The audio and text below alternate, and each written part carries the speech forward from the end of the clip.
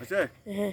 তো আসলেই আমরা এই যে সবুজ যে প্রকৃতির যে রূপটি, এটা কিন্তু আসলেই আমাদের মানে এই পুরন্ত বিকেলবেলা আমাদের কাছে যে এত উপভোগ করার মতো একটি মানে কৃষি আবাদগুলো করা হয়েছে।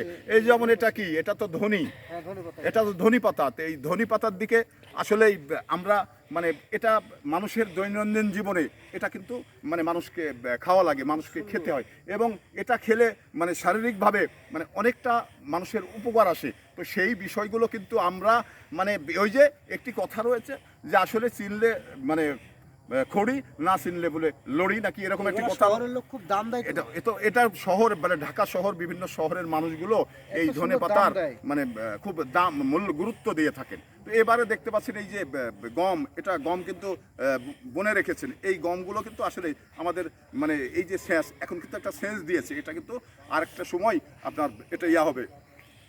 আর একটা